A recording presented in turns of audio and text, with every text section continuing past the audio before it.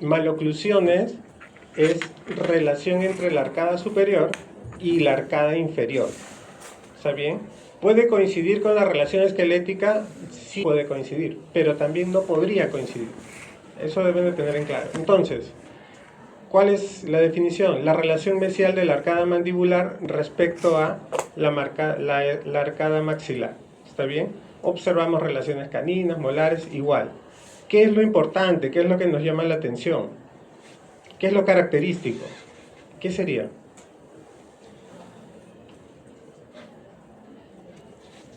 La mandíbula. Miren, mordida cruzada anterior. ¿Ya?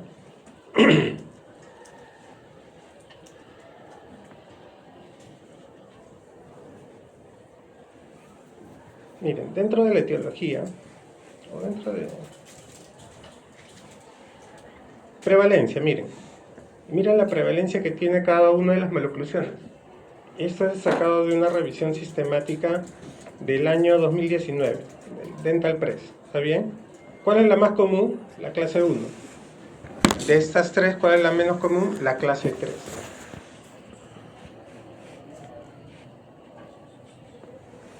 Ahora, causas. ¿A qué se debe la maloclusión de clase 3? Primero, siempre primero, la genética. ¿Qué pasa aquí? Y esto se observó bastante por esta familia. Esta casa de reyes, esta casa europea, los Habsburgo,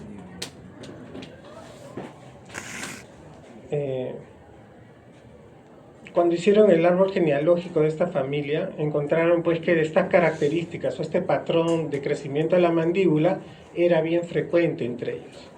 ¿Sí? ¿Por qué era bien frecuente? ¿Por qué creen que era bien frecuente? ¿O quién sabe por qué era bien frecuente? De repente alguien sabe. ¿Ah? Por la endogamia. ¿La endogamia es buena o mala?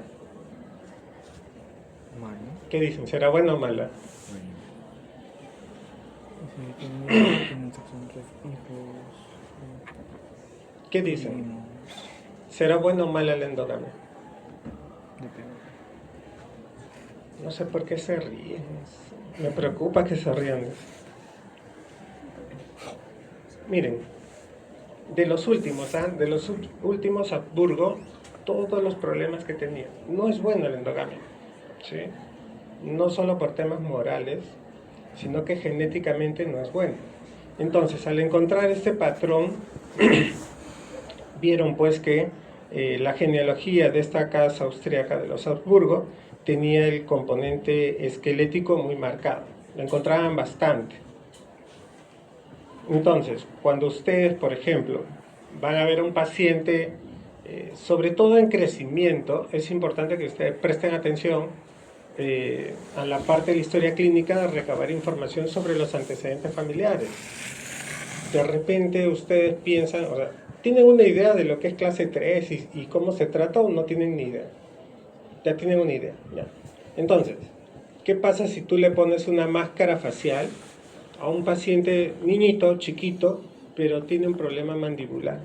¿Qué va a pasar con ese aparato? ¿Qué creen que va a pasar? Chocar.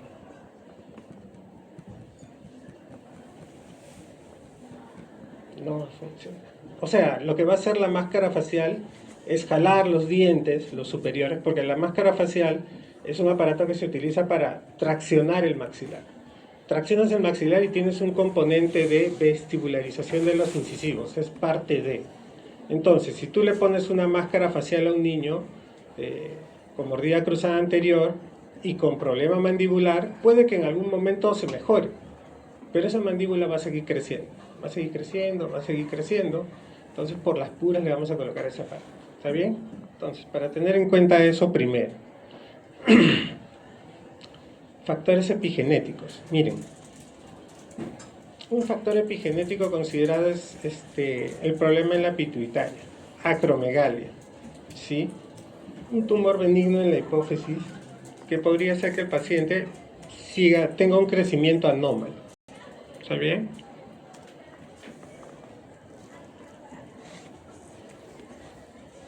Dentro de los factores ambientales hay algunos que podrían influir, ¿no? Te dicen básicamente asociados a problemas respiratorios. ¿Por qué? Porque cuando tienen problemas respiratorios cambia la posición de la lengua. El paciente se adapta. No coloca la lengua en la parte más alta del paladar para que dé paso al aire. Pero ¿cuál es el problema de que tenga la lengua baja? Podría haber una reabsorción aquí dentro alveolar. Podría haber. Eso es lo que nos dice en la teoría. Hábitos, similar. Si tenemos la lengua en una posición baja, pero ya como un hábito de interposición lingual, podría producir también acá una reabsorción dentro alveolar aquí. Ahora, siempre se les dice a ustedes ahorita van a pasar ya a CIP4. Cuando pasen a CIP4, siempre se les hace hincapié, se les llama la atención o nos preocupamos mucho por cuidar, por ejemplo, el perímetro de arco de los pacientes. Que no tenga caries, que no tenga pérdida de piezas temprano, de molares sobre todo, porque si tiene pérdida de perímetro de arco, miren, en la arcada superior podría producirnos pues una palatinización de los incisivos. Podría, es un factor ambiental. O sea, cómo va el desarrollo del paciente podría influir en que se pueda desarrollar esa maloclusión.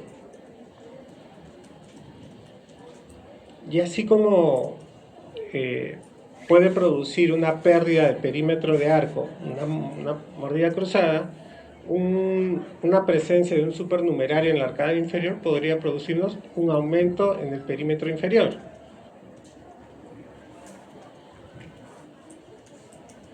Entonces estamos teniendo factores que hacen que tenga yo más o menos perímetro de arco que me podría producir una alteración a nivel dentoalveolar. Ahora, ustedes tengan en cuenta siempre que cuando hablamos de maloclusión puede o no tener un componente esquelético. Podría tenerlo como podría no tenerlo. ¿Está bien?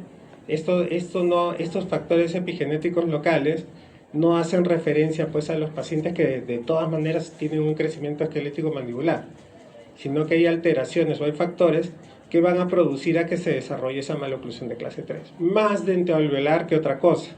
¿Está bien? Entonces, cuando pensemos en maloclusiones, tengan claro que va a haber maloclusiones que están relacionados 2.1, 3, 2.2, van a estar muy relacionados a lo dentoalveolar, pero pueden tener también un componente esquelético. Ya cuando tienen un componente esquelético ya hace que todo sea más complejo, más complicado de manejar. ¿Está bien? ¿Cómo diagnosticamos?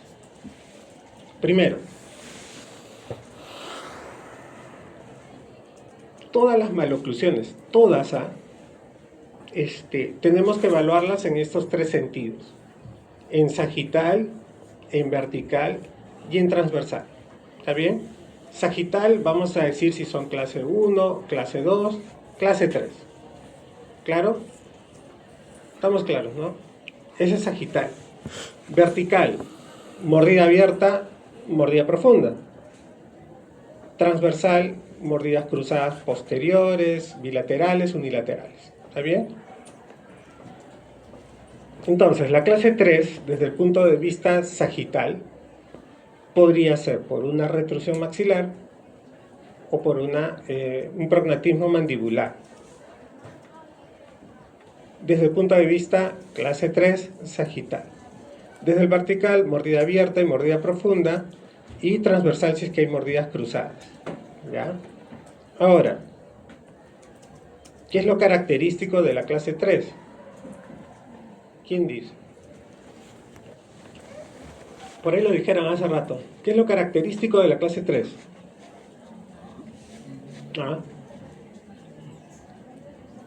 Mordida cruzada anterior. Característico. ¿Está bien? Y pueden ser así, miren. Tenemos... todos tienen en común que el overjet negativo. Miren. Pero hay unos que pueden tener el overbite positivo, el sobrepase vertical. Pueden tener el overbite en 0, casi. Todas las relaciones son de clase 3. Miren esta molar, miren esta relación canina, miren cómo los incisivos están compensados. O podemos tener overbite negativo. mordida abierta. ¿Está bien? Todos estos pacientes con alteración con componente esquelético de clase 3. Ahora, ¿qué características faciales son de paciente de clase 3?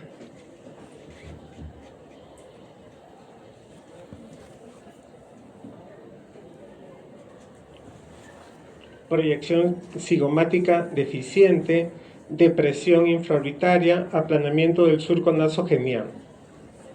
Todas estas tres características típicas de los pacientes que tienen problema de retrusión maxilar. El maxilar no se proyectó hacia adelante y tenemos esta zona de acá, esta zona media, aplanada. ¿Está bien? Altura facial puede estar aumentada, podría estar. Mentón prominente, obviamente en los que tienen un componente esquelético de problema a nivel de la mandíbula, y la protrusión del labio inferior. Esto también es una característica que, sea dentaria o sea esquelética, nos ayuda a ver o a tener una idea de un paciente de qué problema tiene. O sea, nosotros deberíamos, o ustedes, lo mejor que pueden hacer cuando empiecen a atender a sus pacientes es, incluso sin mirarle la boca al paciente, ya observar qué características presenta, cuál es su problema. ¿Está bien? Y por ejemplo, típico de los pacientes clase 3, que el labio inferior lo vamos a encontrar por delante del superior. ¿Está bien?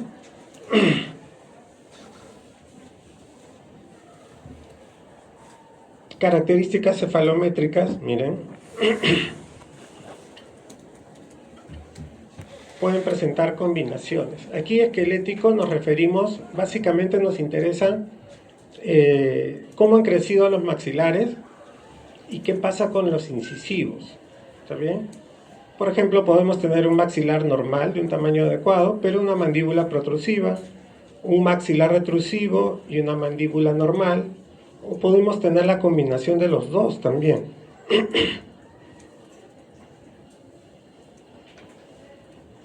¿Cómo se ve dentariamente un paciente de clase 3?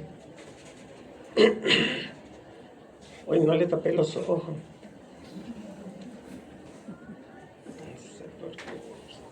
Y encima le toman foto al paciente. Ahí sí le toman foto. Ya, así se ven ya. Este fue paciente mío en el posgrado. Entonces, pero miren el perfil, ¿ah? Miren el perfil. La foto de perfil, miren. No es que se vea tan marcado, ¿no? No se ve tan marcado. Si de repente yo solamente veo el rostro y no veo los dientes, no podría pensar que tiene ese problema. Y aquí miren, aquí donde ven al paciente con esta característica de mordida cruzada anterior bien marcada, su ANB era de -1. ¿-1 qué es? ¿Cuánto es? ¿Qué relación esquelética sería? ¿De cuánto? ¿O de qué? Clase 3, clase 1, ¿qué sería? Clase común. No. Ya miren, acuérdense. ANB normal, 2, ¿sí o no? 2. 2. Desviación estándar más -3. O sea, entre 5 y -1, relación esquelética de clase 1. Él tiene relación esquelética de clase 1. ¿Tiene maloclusión de clase 1? No necesariamente lo va a tener. Ya les dije, o sea, tengan en cuenta eso siempre. La relación esquelética no te va a definir la maloclusión necesariamente. Puede haber tendencia, pues no, sí tiene tendencia a crecimiento de clase 3, pero no se ve aquí eso. Entonces, en las características intraorales, obviamente la alteración, en este caso de esta niña, de clase 3, la vamos a observar pues las relaciones molares y caninas de clase 3.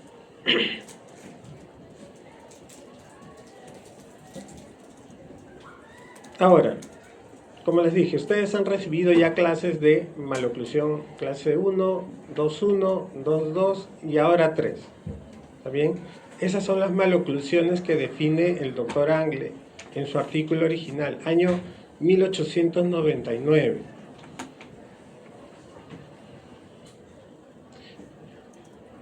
Ahora, ¿Ustedes han oído hablar de la pseudo clase 3?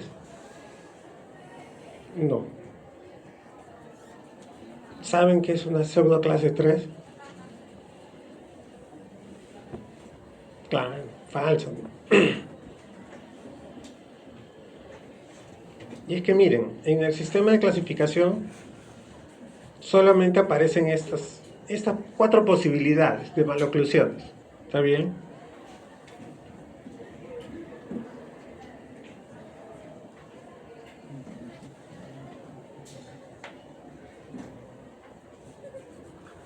¿Y eso? ¿De dónde sale? Si les dicen que es una pseudo clase 3, vienen del examen, es la pregunta que necesitan para pasar el curso, ¿cómo hacemos? Ya fue, ¿eh? Acá dijeron ya fue, ya. Ya miren. Lo que pasa es que, a ver, ¿qué era lo característico? Les dije, una de las cosas características de la maloclusión clase 3, la mordida cruzada anterior. ¿Está bien? Esta es la pseudo clase 3.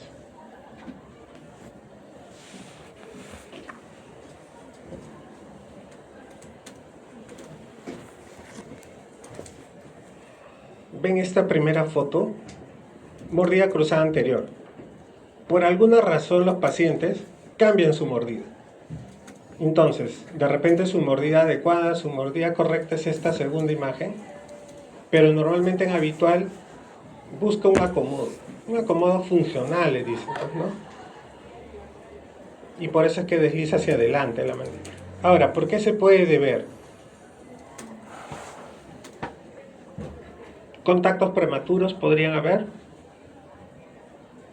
¿Qué pasa si los incisivos superiores erupcionan un poco hacia palatino? Van a chocar con los inferiores. Cuando chocan con los inferiores, incomoda, molesta. El paciente busca un acomodo. ¿Está bien? ¿Qué más? La lengua, ¿se acuerdan que habíamos hablado de la lengua? Podría influir también en este sentido a una pseudo clase 3. Posiciones de la lengua. Hábito o un problema respiratorio. Entonces, ¿cómo lo diferenciamos?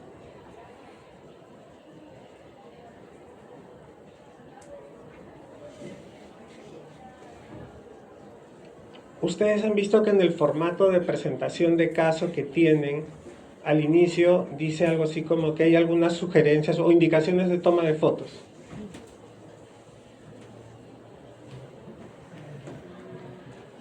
Sí, a veces yo dije no lo puse, sí se ha puesto. Ya, ¿qué dice? Hay situaciones, a ver, que en sus pacientes ustedes tienen que tomar su foto en máxima intercuspiración y unas en céntrica, ¿sí o no? Ya. 2-1, céntrica. O sea, 2-1 ustedes siempre verifiquen que el paciente verifiquen la mordida en céntrica, ¿ya? Porque podría alterarla, el paciente lo tiende a cambiar por lo general. Para sentirse más cómodo, algunos para proyectar más el mentón, adelantan un poco la mandíbula. ¿Está bien? Entonces tengan cuidado cuando tomen su foto. Mordidas cruzadas posteriores, también. En relación céntrica hay que evaluar. Y también en pacientes con mordida cruzada anterior. Puede venir la mordida cruzada, pero no necesariamente es una clase 3. Podría ser que tiene el inconveniente pues, que habíamos estado conversando. Imagínense, contactos prematuros, erupciones ectópicas, entonces el paciente va a cambiar la mordida. Por eso es que ustedes deberían siempre, en estos casos también, en este tipo de pacientes que vengan con mordida cruzada anterior, hacer la evaluación funcional. Evaluación funcional implica extraoral, intraoral y radiográfica.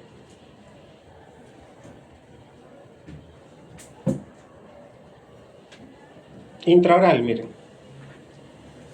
Yo veo a ese paciente y digo, clase 3, ¿sí o no? Podría ser.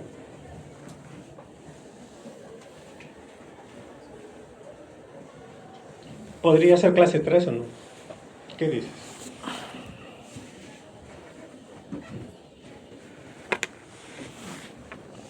¿Podría ser o no? Podría ser, pues claro. Me caes bien. Estabas que te dormías, pero te vi resistiendo. O sea, que eso lo valoro, la verdad, lo valoro. No te estoy vacilando, de verdad lo valoro. ¿Qué pasa cuando yo lo evalúo en céntrica? ¿Clase 3 o no es clase 3? Ahora, ¿cómo están esos incisivos superiores? Miren, siempre les digo yo, a los residentes también les digo, ortodoncia es mucho observar los detalles. Miren en la foto lateral derecha inferior, acá en esto. ¿Cómo están los incisivos superiores?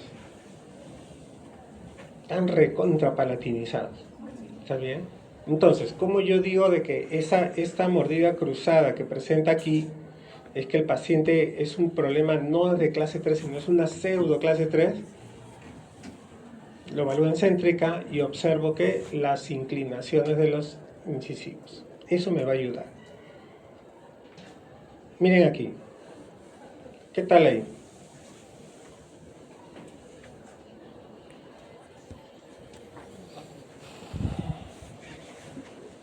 ¿Qué dicen?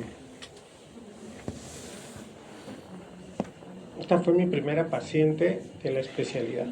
Emocionado yo. Quería poner brackets, quería hacer cirugía y me llega esta paciente. Evaluación en céntrica, montaje en articulador. No se le hizo nada. O sea, nada del tratamiento que yo esperaba. Un paciente como ella, clase 3, que tenía un antecedente familiar de crecimiento mandibular, no le puedes hacer nada. No funcionan los aparatos. Esos aparatos, como no sé si han oído de las mentoneras, si tu problema es mandíbula, la mentonera no te va a ayudar. No te va a servir, por las puras eso. Y esta niña tenía antecedentes familiares. Incluso a esta niña se le tomó cefalométrica, se hizo el trazado y se veía pues, que la mandíbula era el problema. A estos pacientes solamente le vamos a hacer guía de erupción, ayudar que erupcionen las piezas adecuadamente, pero nada más. No se le puede hacer nada más en el sentido de corregir el problema de clase 3. Ya el problema de clase 3 se tiene que corregir, como es esquelético, tiene componente esquelético, cuando termine de crecer.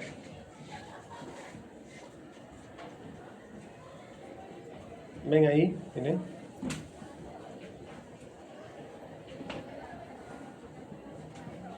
Características dentarias, miren, de esa mordida cruzada anterior. En clase 3 no va a cambiar. Mi mordida no cambia cuando es clase 3. Cuando es pseudo clase 3, mi mordida cruzada anterior sí se modifica. Y llega a veces, pues, o muchas veces llega a ese borde a borde.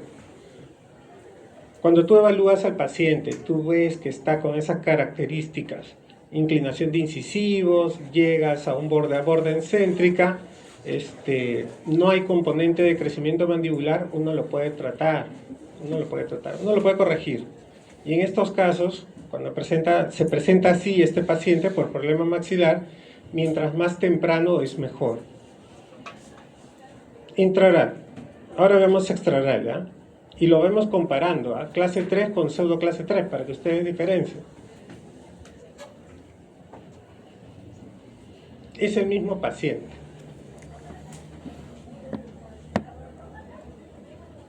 Miren en la foto en habitual. Cuando muerden habitual.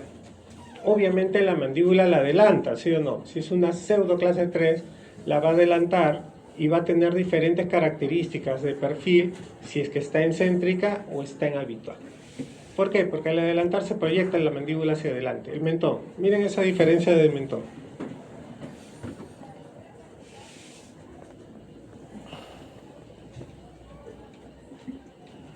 Y aquí miren. Pseudo clase 3, clase 3. Vamos a ver mentón aquí.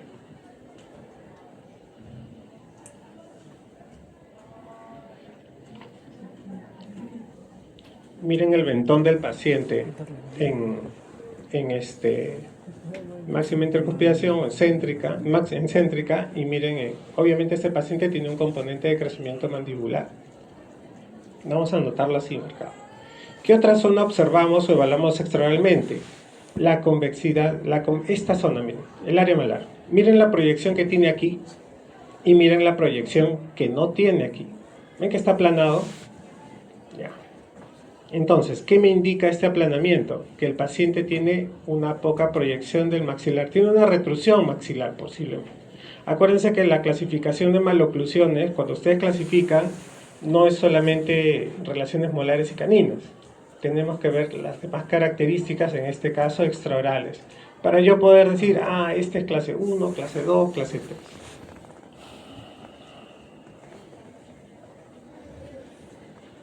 Ahora, en esta imagen, cuando está en habitual, miren, cuando está en relación céntrica, cuando está en habitual, miren cómo cambia la proyección, la proporción de los tercios.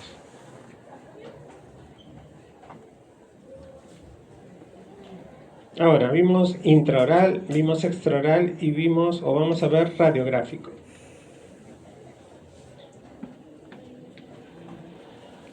En radiográfico, miren, vamos a medir las radiografías. ¿Qué podemos encontrar? Retrusión maxilar, protrusión mandibular. Podemos encontrarlo ambos asociados en el paciente. Obviamente en los pacientes con problemas de prognatismo mandibular, el tamaño mandibular va a estar aumentado o protruido. Y esto de acá sí es importante, miren. En los pacientes con relación esquelética de clase 3, los incisivos superiores tienden a estar vestibularizados, ¿sí? Y los inferiores en una correcta posición o lingualizados. ¿Está bien? ¿Está claro? Ya. Pero la pregunta es ¿por qué? ¿Por qué están así? ¿Por qué creen que están así?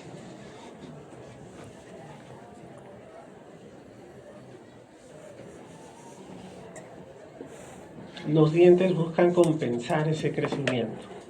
Por eso es que los incisivos superiores, al tener mordida cruzada, se tienden a vestibularizar y los inferiores tienden a lingualizarse. Y eso es bien diferente a lo que pasa respecto a la pseudoclase 3.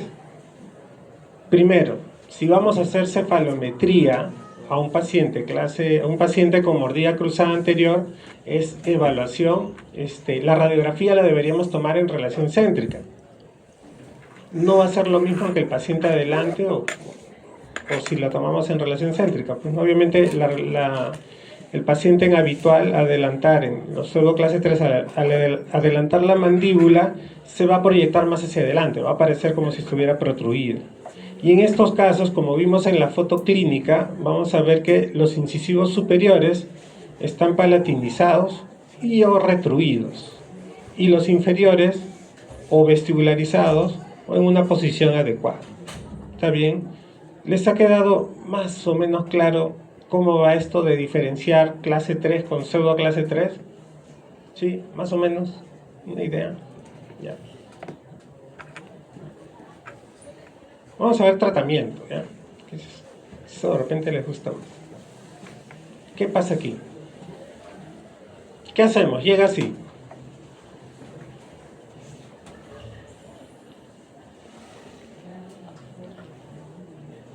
¿Qué hacemos? ¿Qué hacen? Les podría llegar así un paciente acá en la clínica. Miren, a veces necesitamos aparatos tan simples como esto, miren. Obviamente este es un paciente que tiene un problema con las posiciones de sus incisivos. Podemos poner esta especie de jig, que es como un acrílico, que se apoya en la cara palatina de los incisivos superiores, para que el contacto con los inferiores haga que se vestibularicen un poco. Obviamente es un paciente que no tiene componente esquelético ni antecedentes familiares, si no de nada va a servir hacer esto. ¿Está bien? ¿Qué más? Podemos ponernos ingeniosos con los aparatos. Miren, mordida cruzada anterior. Ojo, este es como para pacientes que tienen un problema de pseudo clase 3, ¿ya? Entonces, si tenemos unos incisivos posiblemente palatinizados, ¿la solución cuál va a ser? ¿Cuál va a ser? Si el problema es que los incisivos superiores están palatinizados, ¿cuál va a ser la solución? mejorarles la inclinación, ¿sí o no? Ya. Entonces, miren, placa con tornillo de expansión.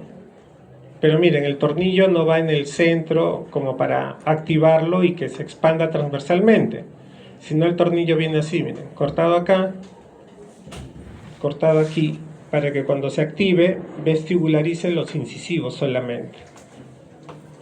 ¿Está bien? Hay otros tipos de aparatos como estos que son funcionales, en los cuales pues tienen el tornillo, miren, en la misma posición para desinclinar los incisivos superiores y unos muelles aquí en esta zona para levantar la mordida. Y este escudo acrílico, este alambre me ayuda un poco a lingualizar los incisivos inferiores.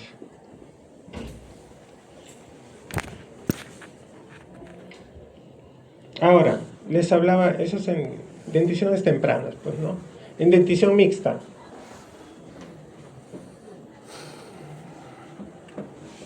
paciente con problema a nivel maxilar. ¿Está bien? ¿Qué usamos aquí? ¿Qué podríamos usar? ¿Qué creen que podríamos usar?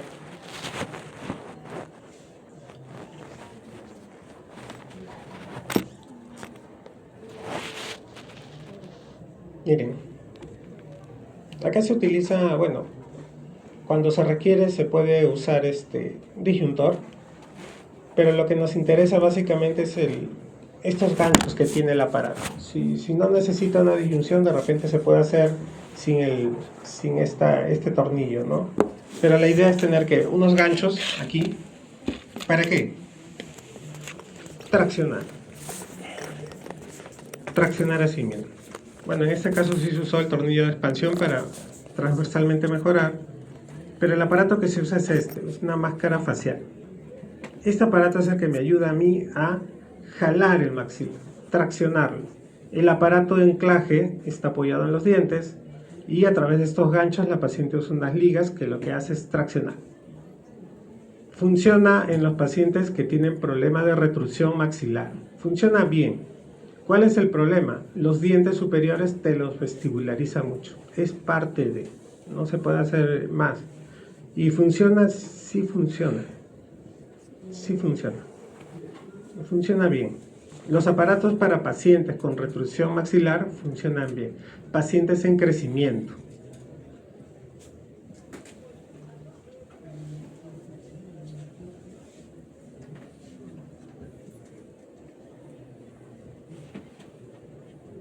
¿Qué más?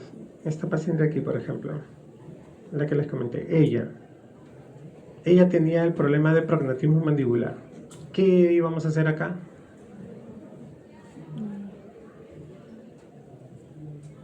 En la clase de Moyers les dije que habían situaciones que no se deben tratar tempranamente, ¿sí o no? Ya, esta es una de ellas. ¿Qué es lo que se le tenía que hacer? Esperar que crezca y miren, su guía de erupción. Unos aparatos, guía de erupción es ayudar al paciente que sus piezas dentarias erupcionen adecuadamente, que erupcionen todas las de adulto. Puedo colocar algún aparato como estos, un ATP, un arco lingual, qué sé yo, lo que pueda necesitar, ¿está bien? Y eso sí le deberíamos hacer a todos los pacientes. ¿Cómo ha ido el crecimiento en ese proceso? Miren. ¿Qué tal la carita? Más larga se le hizo, ¿sí o no? Y ahí estaba chiquita todavía, tenía 10, 11 años. Y entonces aquí viene pues lo que siempre se menciona respecto al tratamiento de la maloclusión clase 3 por problema mandibular. Hagas lo que hagas, no va a funcionar. ¿Está bien? Ténganlo claro.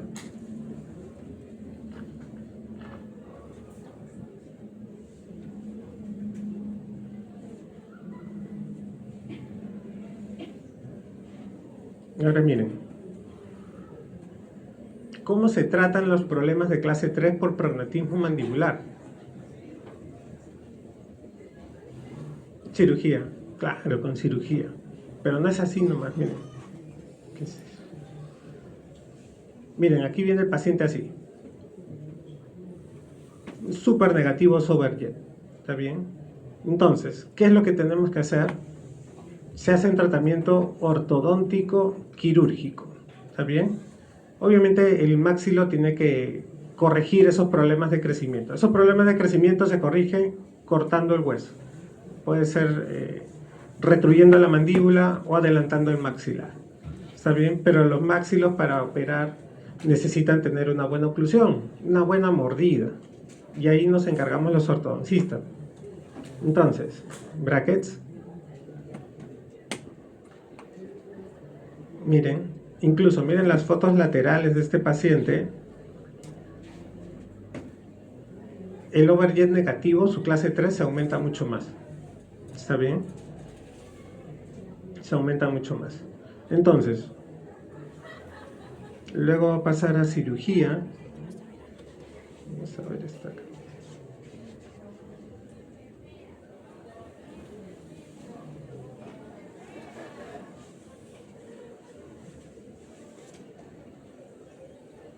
Vamos a ver este otro caso. No quería poner esto, pero bueno. Miren, paciente.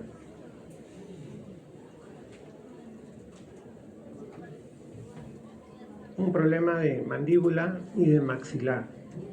Entonces, este paciente se le tiene que preparar. Miren, ven en las imágenes de aquí, ven estos arcos con estos ganchitos. Ya esos ganchitos los utilizan los maxilofaciales al momento de la cirugía.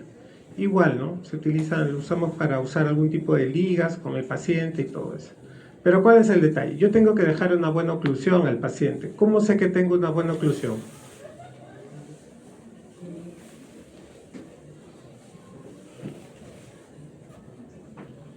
Al momento de la cirugía, los maxilos usan esas férulas. ¿Por qué? Porque esas férulas van a ayudar a saber cuánto voy a adelantar el maxilar o cuánto voy a retruir la mandíbula. Las cambio. ¿Sí? Esa es la forma que ellos se guían. Y esa es la diferencia de hacer un tratamiento ortoquirúrgico con un maxilofacial o con hacerlo con un médico de cabeza y cuello. Los cabeza y cuello te operan nomás. No tienen ese detalle de preocuparse por la oclusión. Y el problema de que te operen así nomás es que ellos, bueno, ya cortan, adelantan, retroceden y ahí quedan. Pero a veces quedan con una mordida que necesitan otra cirugía más. Ese es el problema. Entonces, en los tratamientos ortoquirúrgicos, nosotros nos preocupamos por que el paciente tenga una buena oclusión.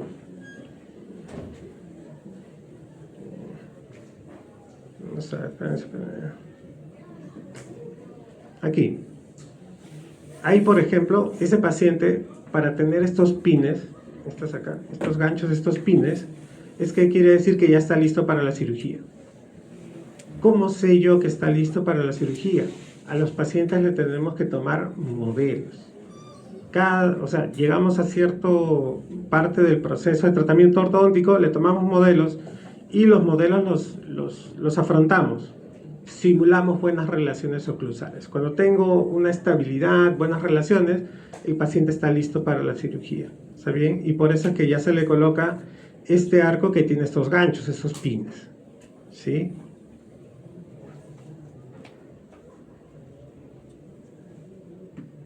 Se aprovechan esos ganchos para usar elásticos, ayudan bastante en esta etapa, en la de asentamiento, mejorar relaciones oclusales. Por el mismo proceso de la cirugía hace que los dientes se muevan bastante bien en este momento. Ahí está, miren. Maxilar, mandíbula. Se le hace su fase de acabado y el paciente termina así. ¿Saben? Interesante, ¿no? A mí se me hace súper chévere. Le mandé a tomar fotos con los retractores, le tomaron con retractores blancos, ¿no? Pecado. Claro, ¿por qué no va a tomar con blancos, con transparentes nomás? Ahora, ¿se podrá operar a pacientes jóvenes de clase 3? ¿Qué dicen? ¿Se podría o no? No, dices. Ya te vi diciendo no.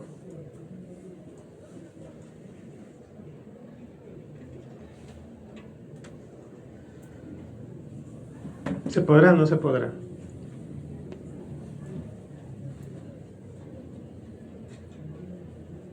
¿Lo hacen o no lo hacen? ¿Qué dicen? 14 años. ¿Lo operan o no lo operan?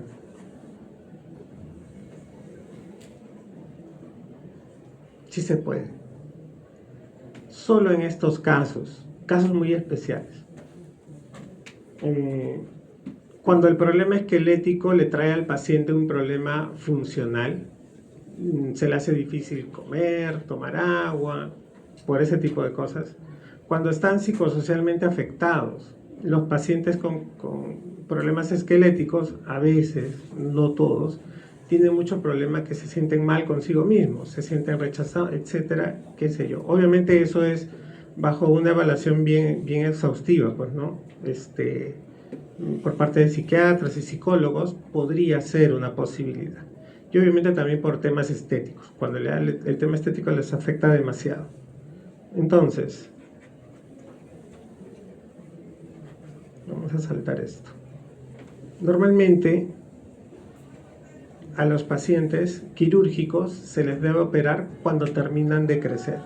Es una radiografía carpal que nos ayuda a ver el estado del crecimiento del paciente.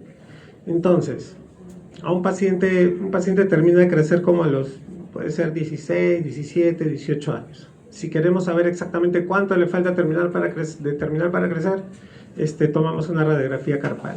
El tratamiento ortodóntico podría empezar, pues si termina de crecer a los 17, el tratamiento ortodóntico podría empezar a los 15, a los 16, cosa que mientras se le prepara, podría operársele. Pero estamos viendo el caso de este paciente.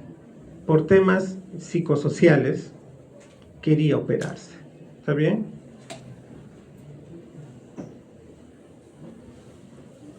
Se operó.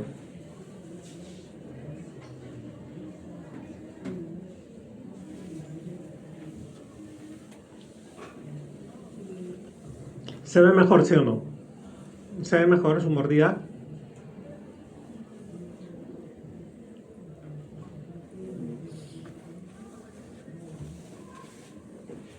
Piña, pues. Se le avisó, fue guerra avisada, obviamente no era el momento, ¿no? Pero ya sus motivos tuvo, igual él va a seguir creciendo. Acuérdense una cosa, el maxilar debería dejar de crecer 14, 15, 16 años. La mandíbula sigue creciendo 2 años más todavía. Entonces, si ven un pacientito de chiquito, así chiquito, con mordida borde a borde, mordida cruzada anterior, obviamente va a tener de repente con mucha certeza un problema esquelético, pues, ¿no? Ahí está el paciente. ¿Se podría hacer un tratamiento ortoquirúrgico temprano? Podría hacerse, ¿sí? Pero obviamente tienes que tener en cuenta que eso va a seguir creciendo. Podría seguir creciendo. Y bueno, obviamente siempre he visto desde el punto de vista, observado desde el hecho de que problemas funcionales como justificación, problemas psicosociales, problemas estéticos muy severos. ¿Está bien? Y es así como nosotros deberíamos manejar las maloclusiones de clase 3. Ya el tema de problemas de pacientes con tendencia a clase 3 se podría manejar pues inclinando, moviendo las piezas dentarias, ¿no? Puedo jugar un poco con esa, cuando tiene esa tendencia de crecimiento de clase 3. ¿Alguna pregunta, chicos, antes que se terminen de dormir? Preguntas. Los que tenemos laboratorio empezamos a